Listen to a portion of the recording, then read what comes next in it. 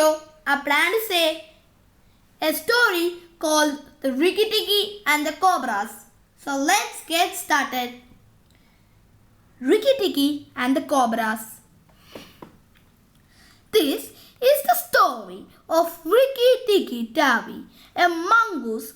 He was like a little cat in his fur and his tail. His eyes and the end of his nose were pink. He could scratch himself anywhere he pleased with any leg, front or back. He could fluff up his tail till it looked like a bottle brush. It was the day when a high summer flood washed him out of his burrow where he used to live with his father and mother and threw him down a roadside ditch.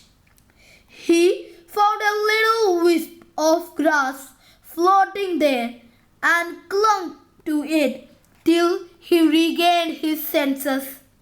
When he revived, he was lying in the hot sun in the middle of a garden path. A few boys came around him and thought him as a dead mongoose and decided to plan a funeral. They took him into the house. A big man picked him up between his finger and thumb and felt he was not dead but half choked. So they wrapped him in cotton wool and warmed him over a little fire. He opened his eyes and sneezed. The man asked the boys not to scare the mongoose, although he knew it was the hardest thing in the world to frighten a mongoose. The mongoose family, on the other hand, started finding Rikki Tikki. Rikki Tikki looked at the cotton wool. He ran all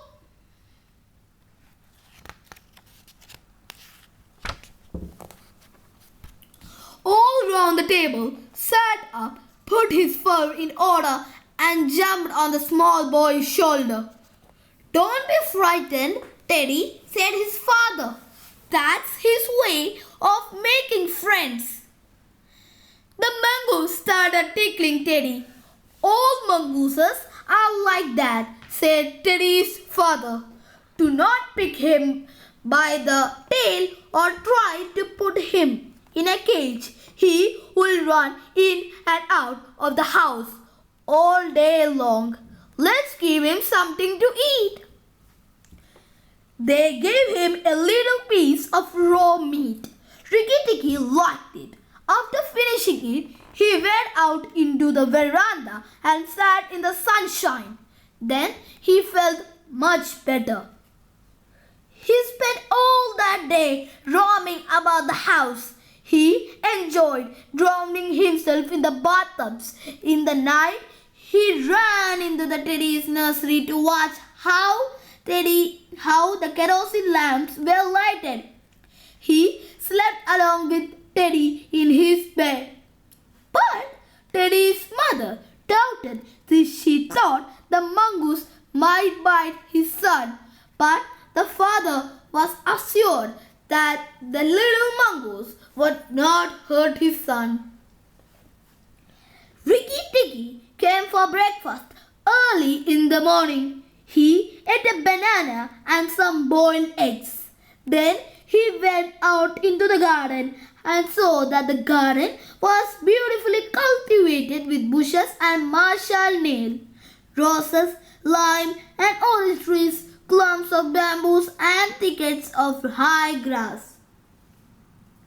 There he found Darzi, the tailor bird, and his wife.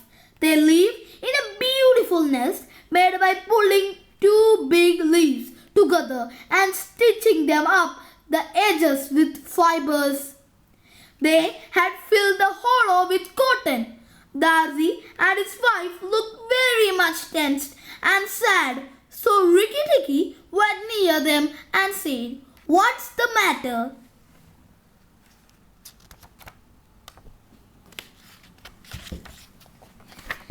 Thus he replied, "One of our babies fell out of the nest yesterday and Nag ate him." Rikki Tikki was new there, so he was a bit confused as who was this Nag was. Before he could get a reply, he could see their eyes growing pale with some fear. Then a hiss sound came from the bush. A big black cobra rose inch by inch from the grass. He was more than 5 feet long from the tongue to the tail. Rikki Tikki understood that it was the Nag that they were talking about. He got scared for a little while, seeing the size of the snake. But it is impossible for a mongoose to stay frightened too long. Rikki Tikki had never met a live cobra before. But his mother had fed him dead once. And he knew that a mongoose's business in life was to fight and eat snakes. Nag knew that too, and he was afraid too. Rikki Tikki then said, facing the Nag, "Do you think it is right for you to eat fledglings out of a nest?" The Nag knew that a mongoose would be treat for him, and he had to be as polite as he could, else he would risk his life. So very politely he said, "You eat eggs. Why should not I eat birds?" So very politely he said, "You eat eggs. Why?" Rikki Tikki got angry by this reply, and he jumped up in the air as high as he could. Then he aimed at the Nag. But suddenly, from behind, there appeared Nagina, Nag's wicked wife. She had crept up behind him as he was talking. She was in a mood to make an end of him. He came down almost across her back. If he had been an old mongoose, he would have known that it was time to break her back with one bite. But he was afraid of the terrible lashing return stroke of the cobra. He bit indeed, but did not bite so long. Enough. He jumped clear of the whisking tail, leaving Nagina torn and angry. Rikki Tikki felt his eyes growing red and hot, but before he could notice, Nag and Nagina had disappeared into the grass. Rikki Tikki did not care to follow them, as he knew that he could not manage 2 snakes at one time. So he ran back towards the house and sat at the entrance to think about this serious matter. Soon Teddy came running down, and Rikki Tikki was ready to be patted. As Teddy was running towards him, Rikki saw a dusty brown snakeling. It was curried, and his bite was as dangerous as the cobra's. But he was so small that nobody ever thought of him that he could even harm people. Rikki Tikki knew that fighting such a small snake was a bit dangerous for him, as Karet was so small and could turn so quickly.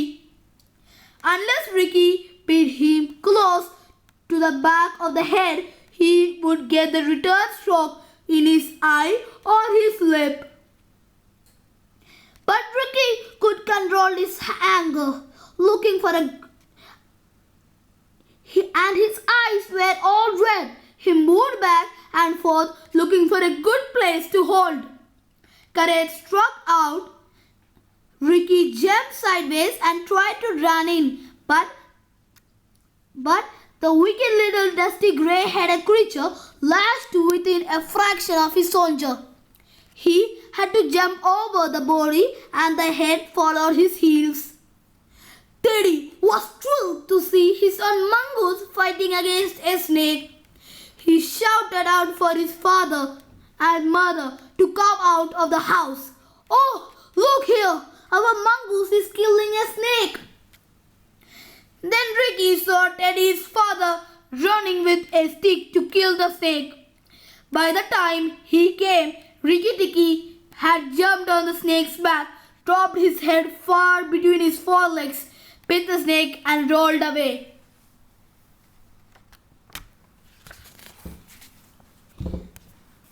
That bite paralyzed Carrot.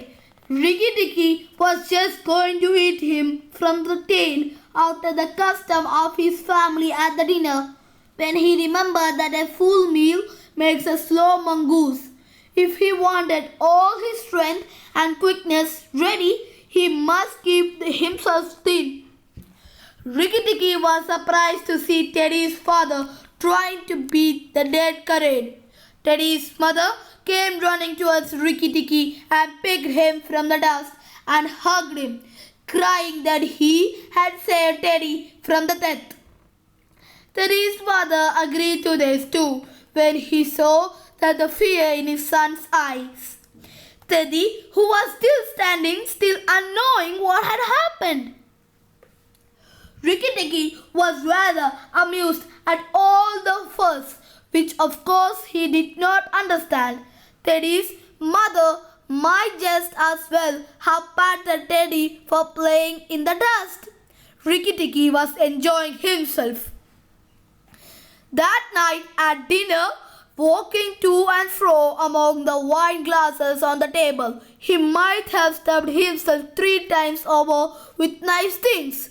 But he remembered Nag and Nagina. It was very pleasant to be patted by Teddy's mother and to sit on Teddy's shoulder.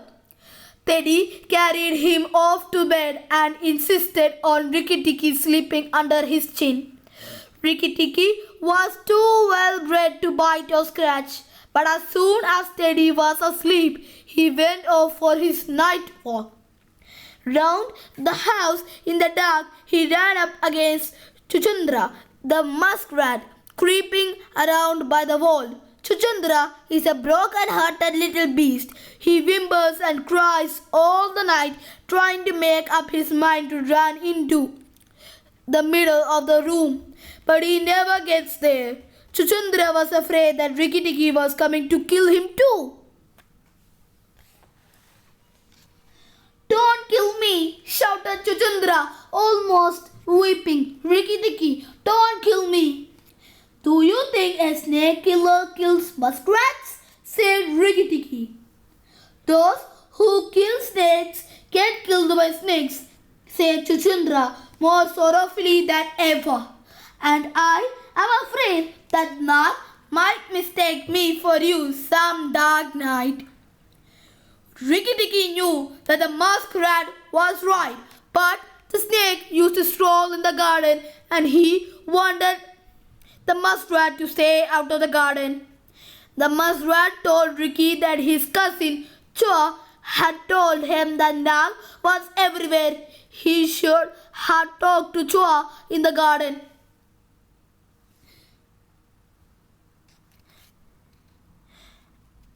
Rikki knew that muskrats were right, but the snake... Suddenly Rikki heard some noises. The house was still and everyone asleep, but still there was something that was making some noises. "That's Nag or Nagina," he said to himself, "and he's crawling into the bathroom. You are right, Chuchundra. I should have talked to Chua." He ran to Teddy's bathroom, but there was nothing there. Then he rushed to the bathroom of Teddy's mother. At the bottom of the smooth plaster wall, there was a brick pulled out to make a sluice for the bath water. As Rikki went closer, he heard Nag and Nagina whispering together outside in the moonlight. "When the house is emptied of people," said Nagina to her husband, "he will have to go away, and then the garden will be our own again. Go in quietly and remember that the big man who had killed Carrot is the first one to bite. Then come out and tell me, and we will hunt for Rikki together."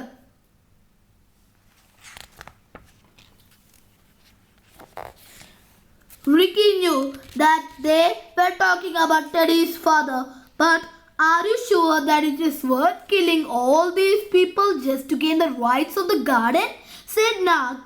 Yes, when there are no people in the bungalow, did we have any mongoose in the garden? These people brought a mongoose to scare us away. So we have to empty this bungalow so that we may be the king and the queen of the garden, and we have to assure that our children in future will be safe. Nag replied, I will go, but there is no need that we should hunt for Rikki Tikki afterward. I will kill the big man and his wife and the child if I can. Come away quietly, then the bungalow will be empty, and Rikki Tikki will leave himself when he has no one to look after him. Rikki Tikki was filled with rage and hatred after listening to this. Then Nag's head came through the sluice and his 5 feet of cold body followed it. This time, Rikki was afraid seeing the size of the cobra. Now, if I kill him here, Nagina will know, and if I fight against him on the open floor, he will have an advantage over me. What should I do? Said Rikki Tikki to himself. Rikki Tikki heard him drinking from the biggest water jar that was used to fill the bath. The Nag then said loudly to Nagina. When Kareth was killed, the big one was having a stick. He might be having that stick still, but when he comes to bath in the morning, he will not have a stick. I shall wait here till he comes. Nagina, do you hear me? There was no answer from outside, so Rikki Tikki knew Nagina had gone away. Nag coiled himself down and Rikki Tikki stayed still as if dead. After an hour, he began to move muscle by muscle. Towards the jar, Nag was asleep, and Rikki Tikki looked at his big back, wondering which would be the best place for a good hold. Rikki knew that breaking the cobra's back first was the best option to make him weak and helpless. He also thought of beating the snake at the tail, but a bite near the tail would only make Nag savage. It must be the head, he said at last to himself. The hair above the hood, and once I get hold of it, I must not let go. The Nag's head was lying a little clear of the water jar under the curve of it, and as his teeth met, Rikki braced his back against the bulge of the red earthenware to hold down the head. He closed his jaws tighter and tighter and made sure that the cobra would be banged to death, and his teeth were locked. He kept holding the snake as tight as he could for long. The big man, Teddy's father, woke up all of a sudden.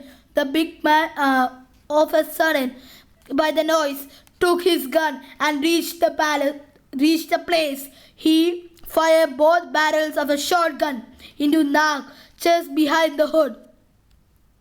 Rikki Tikki held on with his eyes shut, for now he was quite sure that he was dead. The head did not move, and the big man picked him again and said to his wife, Alice, it is the mongoose again. The little chump has saved our lives this time again. Then Teddy's mother came in with a very white face and saw the dead snake lying on the floor. Rikki Tikki quite quickly went to Teddy's bedroom and spent the rest of the night shaking tenderly and thinking that he really had killed Nag. Thank you for watching my channel. Kindly like, subscribe and comment. And for more such stories, kindly subscribe the channel. And also, don't forget to like and share the video also. Thank you.